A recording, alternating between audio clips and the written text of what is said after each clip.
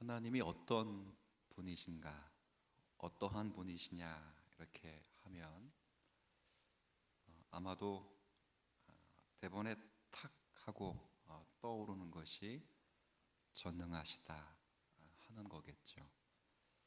성도라고 하면 하나님의 전능하시다는 것에 대해서는 이의를 제기할 사람이 아무도 없을 것입니다. 하나님은 전능하시다. 그렇죠. 그러면 그 전능하신 하나님이 우리가 기도하는 모든 것들을, 그리고 우리가 원하는 때에 그 기도를 들어주시는가 하면 그것은 또 아니다. 그렇죠. 성도는 항상 여기에서 어려움을 느낍니다. 하나님은 전능하시다고 하시는데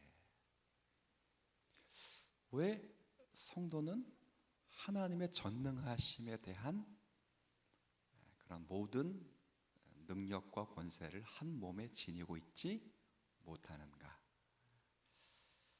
주변에 이런 것에 대해서 시험 드는 성도들이 꽤 많습니다. 어린아이부터 시작해서, 그렇죠? 어른에 이르기까지 우리가 늘 그러는데 하나님은 전지하시고 전능하시다는데 왜 하나님은 내게 전능하시지 않는 것일까? 왜 하나님의 살아계심이 탁 하고 눈에 띄게 증거되지 않는 것인가? 우리 성도들의 가지고 있는 어려움일 수도 있습니다. 저 역시도 그렇겠죠. 이런 것이 하나님이 기뻐하신 일이라고 생각하면서 어떤 일을 추진하고 노력하고 애를 쓸 때에 그 일이 생각대로 되지 않을 경우, 그럴 경우 굉장히 낙심되는 경우가 종종 있습니다. 목회자로서는 열심히 섬기고 그리고 가르칩니다. 그래서 이쯤 되면 하나님은 전능하시다는데 이쯤 되면, 그런데 목회자로서 흡족할 만한 결과들에 대해서 하나님이 주시지 않을 때 스스로 낙심이 됩니다. 그러면서 그게 묻죠. 제가 뭐라고 묻냐면 내가 무엇을 잘못했길래. 그렇죠. 오늘 읽은 본문에서는 자녀가 중요한 문제가 됩니다. 하나님께서 아브라함을 부르셔서 그 후손들을 많게 하시고 그 후손들로 하여금 하나님의 나라를 이루게 하시겠다라고 약속하셨습니다. 그러면 자녀들을 주셔야 되지 않겠습니까? 그렇지 않습니까? 우리가 방금 전에 설명드렸듯이 하나님은 어떤 하나님인데 이의가 없다고요? 하나님은 전능하신 하나님이십니다. 그리고 아브라함에게 내가 너희 후손을 많게 할 것이고 그 후손으로 하여금 내가 내 나라를 이룰 것이다 라고 말씀을 했다면 아브라함에게 뭘 주셔야 됩니까? 자손을 주셔야 되지 않겠습니까? 우리 지난주 성경 봤잖아요. 아브라함아, 너 하늘의 별을 세어봐라.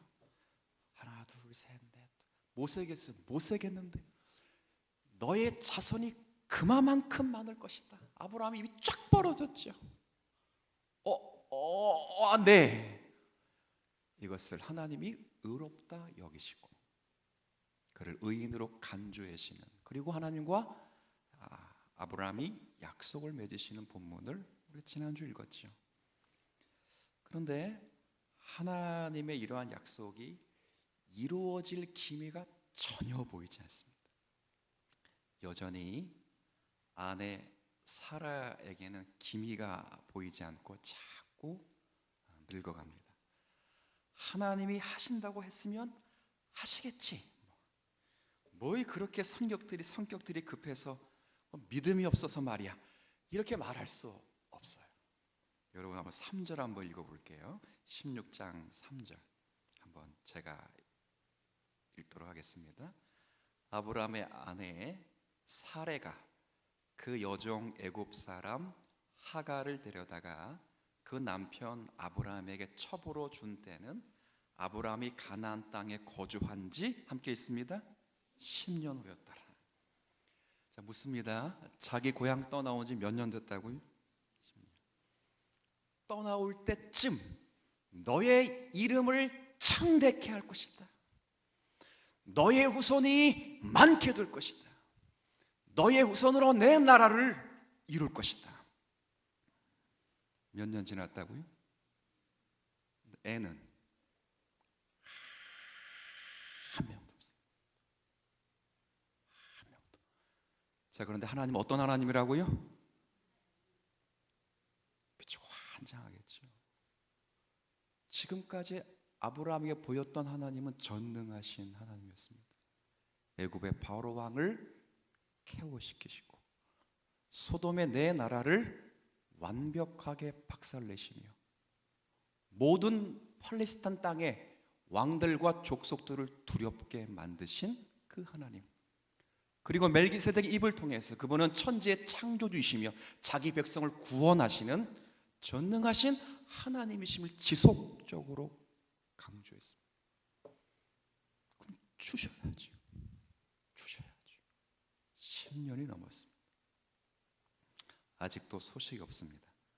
자꾸 늙어갑니다.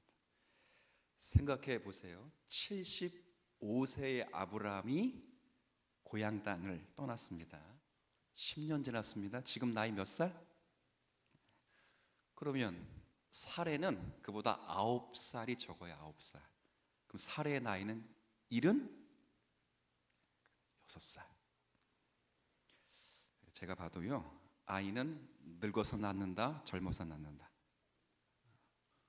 우리 월요일 날 우리 학회 이제 모임 한 박사님이 발표하면서 여러 가지 교제 나누다가 저랑 친하게 지내는 이제 교수님 한 분이 뒤늦게 얘기를 했어요. 뒤늦게 저보다 나이가 3살이 많은데 이제 얘기를 했어요. 이제. 그러면서 그분이 그런 말, 목사님, 얘가 군 제대하면 그때 난 70에 벌써.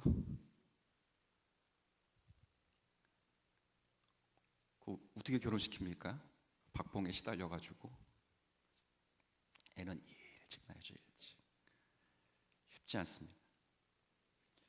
나이가 이렇게 들었는데 어떻게 낳겠습니까? 그러니까 사레가 제안을 하나 합니다. 제안. 어떤 제안인지 2절 한번 제가 읽도록 하겠습니다. 사레가 아브라함에게 이르되 여호와께서 내 출산을 허락하지 아니하셨으니 원하건대 내 여종에게로 들어가라. 내가 혹 그로 말미암아 자녀를 얻을까 하노라 하매 아브라함이 사레의 말을 들었다. 사레가 이야기하는 거예요. 하나님께서 당신에게 자손을 주신다고 말씀하지 않았습니까? 그러면 제가 힘드니 후처를 얻어서 자손을 얻으면 되지 않겠습니까?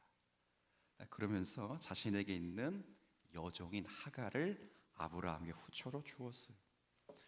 아마도 사레도 많이 고민을 했을 것입니다. 그렇겠지 않겠어요? 아무리 옛날이라고 하지만 남편이 후처를 얻는데 본처가 기뻐하는 여인이 어디에 있겠습니까? 자, 그런데 아마도 이 여인은 이 가문을 위해서, 그리고 내 남편을 택하신 하나님의 역사를 위해서 내 몸 하나 살신성인하리라 했을 것이라고요. 한편으로 보면 그 마음이 참으로 비장하다. 그리고 이런 것에 대해서 아브라함 역시 크게 반대를 하지 않았던 것으로 보입니다. 여인을 맞는 것을 기뻐서 그런 것이 아니라 하나님의 뭐 때문에 지금 그렇게 하고 있다고? 하나님의 약속. 하나님의 전능하심에 누가 될까 봐, 내가 뭐가 문제 있는 것이 아닐까라는 마음으로 하나님의 약속이 속히 이루어지도록 그 아내도 아브라함 자신도 그렇게 애를 쓰고 있습니다. 그리고 어떻게 되었습니까? 성공했습니다. 하갈이 임신을 했어요. 보라, 아들이의 딸이 아들이다. 소망했던 대로 아들을 낳았습니다. 그의 이름을 이스마엘. 하나님의 축복이라고 생각했을 것입니다. 그렇게 진행되지 않던 하나님의 역사가 후처 하갈을 얻고 나서는 일사천리로 진행됩니다. 딸도 아닌 아들을 낳았습니다. 그러니 하나님의 은혜라고 생각하지 않았겠습니까? 그렇지 않습니까? 여러분, 우리도요 그런 말들 많이 하고 듣고 있습니다. 하나님께서 순적하게 일을 처리해 주실 때 마치 뭐가 잘 이렇게 톱니바퀴 맞듯이 맞아 떨어질 때 하나님께서 인도하셨다. 이제 그런 말 많이 해요. 여러분, 한번 요나 선지자를 보세요. 니느웨에 가서 회개 운동을 하라라고 하나님께서 명령을 하셨는데, 이 요나가 니느웨 백성들이 회개하고 하나님을 섬기는 것을 원치 않았어요. 그래서 도망가려고 하면 도망가려고. 욥바 항구를 내려가는데 마침 성경의 표현이 마침 다시스로 가는 배를 딱 만난지라. 누가 섭리하신 것이다? 거 봐라, 하나님이 하신 것이다. 그렇죠? 그렇게 생각을 하는 거죠. 아브라함도 그렇게 생각을 했습니다. 우리도 그렇게 생각합니다. 하나님께서 순적하게 일을 처리해 주셔서 별로 힘들지 않고 일이 잘 됐습니다. 바로바로 진행되었다는 것만큼 하나님의 역사가 분명하다는 증거가 어디에 있겠습니까? 거기다가 결과도 굉장히 좋았습니다. 단번에 아들을 낳았습니다. 이것이 언제라고 기록되어 있다고요? 마지막 우리가 아까 16절 읽었지요? 하갈이 아브라함에게 이스마엘을 낳았을 때의 아브라함 나이가 86세. 10여 년 동안 없다가 사레가 믿음을 가지고, 하나님은 어떤 하나님이시니까? 전능하신 하나님이시니까 약속이 빨리 이루어지기 위해서 그의 몸 여종을 딱 주니까 바로 그 다음에 애를 낳는데 보라, 아들이다. 자, 그럼 누가 역사하신 거예요? 누가? 하나님. 그렇지. 그런데 뭐가 좀 이상합니다. 성경은 자간을 잘 확인하셔야 됩니다. 뭐가 이상하냐면, 하나님께서 그토록 약속하셨던 아들이지만 하나님께서 아들을 낳고 뭐라고 말씀하시지를 않습니다. 침묵하십니다. 그런데 이 침묵이 한 달, 두 달, 1년, 2년 침묵한 게 아니라, 자, 몇 년 침묵했을까요? 7장 1절 함께 읽습니다. 시작. 아브라함이 여호와께서 아브라함에게 몇 세에 나타났어요? 아들 낳은 때가 몇 세? 제가 그래서 죄송합니다. 산수를 한번 해봅시다. 99 빼기 86은 몇 년 동안? 13년 동안. 잘 보세요. 아브라함이 고향을 떠나서 이스마엘, 그러니까 하갈을 통해서 후초를 통해서 이스마엘을 낳을 때까지가 10년이에요. 10년. 이게 11장 마지막부터 16장까지예요. 11장 마지막, 12장, 13장, 14장, 15장 5장 반 가까이가 10년 동안 계속. 그런데 16장 마지막 절부터 17장 1절까지는 몇 장도 아니에요. 바로 그 다음 절이에요. 다음 절. 몇 년이 흘렸다고요? 앞에 분량으로 맞이하면 7장, 8장 써야 돼. 8장. 10년 동안에는 하나님이 어떤 분이신지를 끊임없이 6장에 걸쳐서 쭉 이야기하시다가 한 절 차이밖에 안 나요. 한 절 차이는 몇 년이 지났다고요? 13년. 묻습니다. 그 행동을 하나님이 잘했다고 보신 겁니까? 못했다고 보신 겁니까? 못했다. 그리고 오늘 하나님이 나타나십니다. 나타나서 뭐라고 말씀하신다고? 1절 여러분만 한번 다시 읽어주세요. 시작. 아브라함이 99세 때에 그에게 이르시되 나는 전능한 하나님이라 너는 내 앞에서 행하여 완전하다. 나는 전능한 하나님이다. 원문에는 엘샤다이, 너무도 많이 이제 들었던 말씀이기도 해요. 엘샤다이라고 되어 있어요. 하나님이 전능하신 하나님이신 줄 누가 모르겠어요? 설마 아브라함이 모르겠습니까? 그러나 하나님께서는 이것을 강조하여 말씀하시는 겁니다. 뭐라고 말씀하시죠? 나를 의식하고 네가 모든 것을 행할 때 내가 너를 지켜본다는 것을 생각하면서 일을 처리하라. 그리하면 너의 일이 흠없게 될 것이다 라고 아브라함에게 있었던 문제를 지적하시는 것입니다.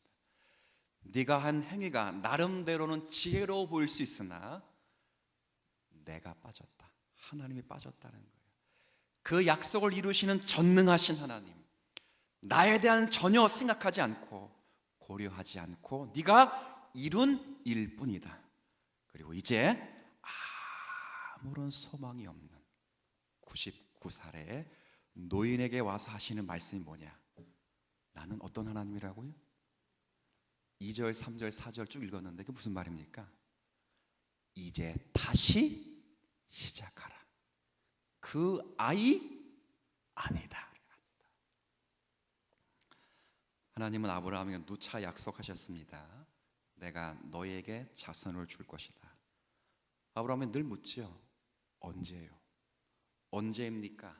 이렇게 나이가 들어가는데 언제 주신다는 것입니까? 지금 안 주시면 기회가 없습니다. 여러분, 아브라함이나 사레가 믿음이 없어서 그런 일을 했겠습니까? 그러나 다 하나님의 일을 이루려고 하는 사람들입니다. 하나님이 부르신 사명들을 생각했던 사람들입니다. 그러다 보니까 마치 하나님께서 잘 챙기시지 못하는 것처럼 보여서 결국 내가 챙겨야 하겠다라고 생각을 한 거예요. 그러나 하나님께서는 그렇게 생각하시지 않으신다는 겁니다. 결국 그분 때에 그분이 일을 이루실 것이다. 성도에게 요구되는 것이 무엇입니까? 오늘 여기서 요구되는 것 중에 하나가 한번 따라봅시다. 인내. 뭘 요구하신다고요? 하나님은 하나님의 뜻을 기다리는 성도의 우직함을 원하고 계십니다. 그분이 일을 이루신다고는 신뢰를 원하십니다. 누가 하나님이 전능하신 줄 모릅니까? 그러나 사람이 일을 처리해도 지혜롭게 합니다. 이렇게 하면 하나님이 일이 훨씬 효과적으로 그게 크게 이루어질 수 있습니다 라고 하면 그게 훨씬 효율적인 것처럼 보입니다. 그러나 하나님은 그걸 원하지 않습니다. 저는 볼 때 교회도 마찬가지라고 봐요. 하나님의 일을 해나가는 데 있어서 모든 교회들이 하나님의 뜻을 고려하지 않고 하는 교회는 없습니다. 하나님의 뜻을 생각하면서 합니다. 그런데 시간이 지나도 결과가 잘 나오지 않을 때가 참 많아요. 교회가 갑자기 크는 것도 아니고 교회 성도들이 갑자기 신령해지는 것도 아니에요. 그러면 성도들이 지쳐요. 목사도 지쳐요. 그러니까 자꾸 아브라함과 사레처럼 다른 방법들을 생각해. 진짜 교회가 그렇게 돼요. 그렇게 봐라. 일반 사람들이 좋아하는 싫어하는 교회 설교가 뭐냐? 여러분, 죄 하지 말자. 헌금 하지 말자. 죄 설교 안 하니 십자가 설교 못 하지. 헌금 설교 안 하니, 그렇죠? 주일과 교인의 의무 설교 안 하죠. 좋아하는 것만 전부 좋아하는 거. 제가 새벽 예배에 그런 얘기 들었어요. 1980년대 한참 유행인 새들백 수종교회 여러 교회들 있잖아요. 모든 한국교회 큰 대형교회 경배와 찬양하는 교회들 뭐라 그랬습니까? 한국교회가 저런 교회들을 본받아야 됩니다. 다 그랬다고요. 전부 소비자들이 뭘 좋아하는가 열심히 했는데 하나님이 뜻대로 했는데 결과가 없으니까 야, 안 되겠다. 하나님 분명히 하나님 아까 좀 전에 어떤 하나님이라고요? 전능하신 하나님이니까 우리가 잘못한 것 같다. 이거 바꾸자. 사람들이 뭘 좋아하는가? 죄라는 소리 안 좋아한다. 그럼 죄 속에 빼라. 죄 빼라. 피 빼라. 헌금 빼라. 음업 빼라. 다 빼라. 뭘 좋아하는가? 힐링, 비전, 소망, 위로, 축복. 그걸 전부 돼. 전부. 수만 명, 수십만 명 한 교회가 그렇게 됐어요. 수만 명. 여러분 잘 아시죠? 그렇게 훌륭했던, 그렇게 추구했던 수종교회 다 들어봤잖아요. 수종교회. 자, 묻습니다. 교회 문 닫았다 안 닫았다? 문 닫았어요. 문 닫았다고. 누가 샀을까요? 교회를? 여기 괜찮은 고신교회 원래 이름이 베들교회 맞습니까? 누가 샀습니까? 어느 교회다니? 미국에 있는 수종교회는 누가 샀을까요? 예. 이단보다 더 큰 데 있어요. 그죠? 천주교, 기도. 로만 캐톨릭이 샀어. 얼마나 예배당이 멋있으면 마지막 예배를 드리면서 그 목사와 성도들이 가져야 될 것은 하나님의 뜻을 기다릴 수 있는 철저한 하나님에 대한 신뢰. 아브라함의 그걸 교육하기를 원하는 거죠. 성도가 세상을 향해서 살아갑니다. 맞서갑니다. 정말 여러분들이 주의 뜻대로 살려고 노력하는 것 압니다. 그러나 세상이 만만치 않습니다. 고난을 당하고 어려움을 당합니다. 그런 가운데 쉽게 어떤 열매가 보이지 않습니다. 그럴 때 적절히 타협해 들어갑니다. 왜? 하나님은 어떤 분이시니까 빨리 일을 이루어야 되는데 하나님은 전능하신 하나님인데 내게 열매가 보이지 않아요. 그러니 빠릿빠릿하고 빨리 세상에 캐치해가지고 그냥 막 세상이 이러니 일단 살려면 어쩔 수 없지 않느냐. 성도라 하더라도 세상에 사는 것인데. 아브라함 이제 묻습니다. 몇 년 기다렸다고? 몇 년? 10년 기다리면 충분히 기다렸을 거야 아마. 그러나 그러할 때에도 하나님이 하시는 말씀이 뭐라고요? 한 번만 따라합시다. 나는 전능한 하나님이다. 전능한 하나님이야. 아무런 열매가 보이지 않는 것처럼 보일 때 하나님의 뜻대로 이 세상 앞에서 살아가면서 세상과 맞서는데 고난받고 상처받고 눈물 흘리고 외로움을 견디는 그 삶의 속에서도 아무것도 내가 이룬 것이 없어 보일지라도 하나님은 전능하신 분이시기 때문에 반드시 때가 되면 거두게 될 줄로 믿습니다. 그걸 기다리는 게 성도예요. 성도. 아브라함은 13년 동안 하나님이 아무런 응답을 하시지 않는 것 때문에 정말 많은 생각을 했을 거예요. 과연 하나님이 얼마나 섭섭해 하셨을까? 나의 행동이 무엇에 잘못이 있는가? 그리고 철저하게 깨닫고 하나님이 아브라함에게 나타나셨을 때 무릎 꿇고 엎드려 회개하는 것입니다. 여러분, 오늘 말씀을 좀 자세히 우리가 생각했으면 좋겠습니다. 우리 하나님은 전능하신 분. 이 말씀은 우리가 무엇을 다 하든지 들어주신다. 그런 전능하신 하나님이시다. 그 이야기 아닙니다. 제가 서두에 그런 말씀 드렸잖아요. 늘 고민하는 것. 하나님은 전능하시는데 내가 사는 삶의 자리는 전능해 보이지를. 제가 제 이야기 한번 했습니다. 옛날에 설교 때. 제가 신학교를 처음에 딱 저는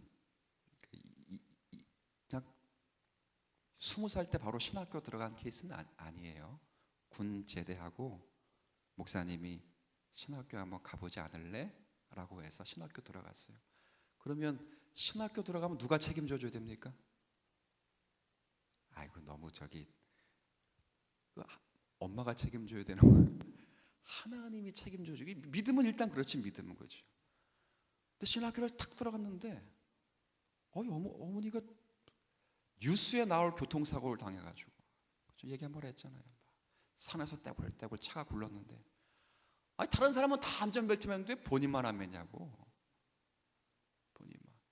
병원에서 1년 동안 있어서 6개월 동안 숨만 쉬고 1년 동안. 하나님은 어떤 하나님인데? 제가 신학교 때 갈등 많이 했습니다. 하나님은 전능하신 하나님인데. 학교 때려쳤다 안 때려쳤다? 네, 때려쳤어요 사실은. 때려쳤다고. 다니다가 휴학해서 휴학.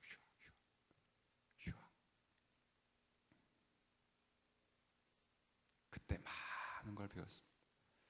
하나님은 전능하신데 우리가 삶의 자리에서 하나님의 전능하심이 보이지 않을 때 하나님의 전능하시다는 것은 과연 뭔가?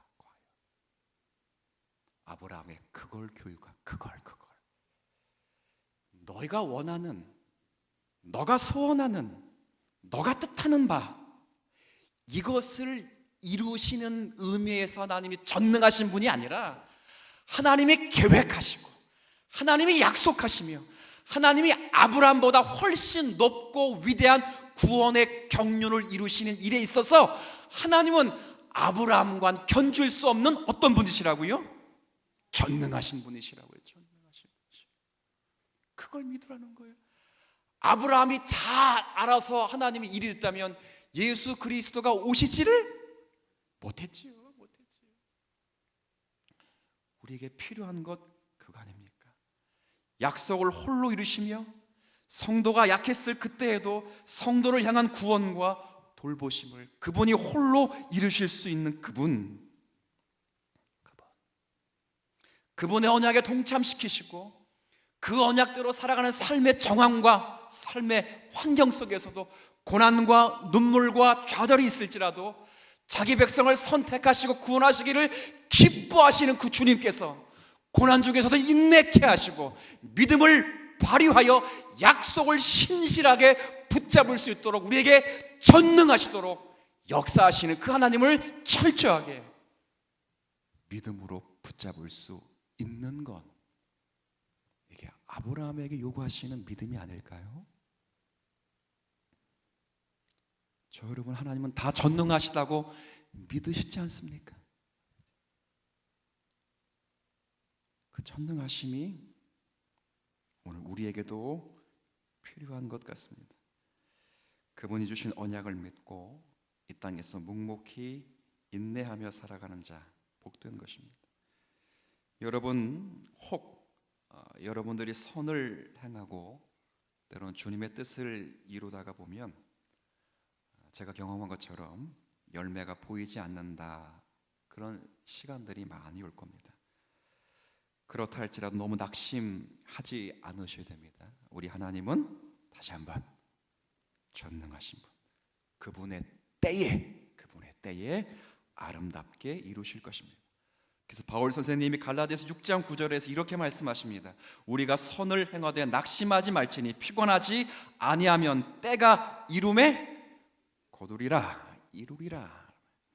선을 행하는데 왜 낙심을 합니까? 열매가 보이지 않기 때문입니다. 힘들기 때문입니다. 선을 행하고 주를 따른다는 것이 쉽지 않기 때문입니다. 그러니 행하고 기다리다가 때로 성도라 할지라도 낙심할 수 있습니다. 그러나 바울 선생님이 권면하지요.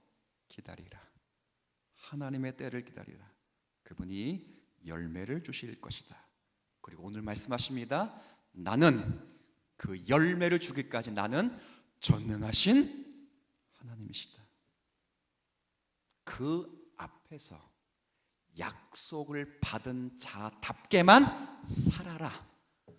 나머지는 내가 알아서 이루실 것이다. 그거죠.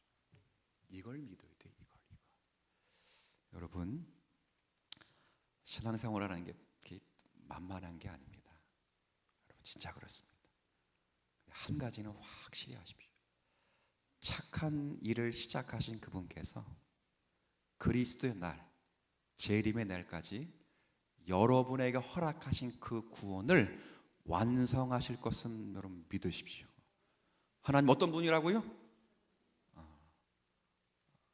낙심하지 마십시오. 열매가 안 보인다고요? 걱정하지 마십시오. 그리스도를 여러분에게 주셨습니다. 바울이 말씀하죠. 그런즉 이제 내가 사는 것이 아니요 내 안에 그리스도가 사는 것이다. 그게 열매입니다. 열매. 여러분은 십자가에 못 박혀 죽었거든요. 그 하나님으로 여러분과 제가 살아내시고 우직함으로 인내하시고 어려운 중에서도 주님을 바라보십시오. 힘들면 우리 최영영 권사님 시편 새벽에 말씀 듣죠? 탄원 새벽에 한번 시편에 거의 많은 기도 시가 탄원 기도에 하나님 하시라고 따져 물으십시오. 하나님이 하나님의 때에 아름답게 역사하실 줄로 믿습니다.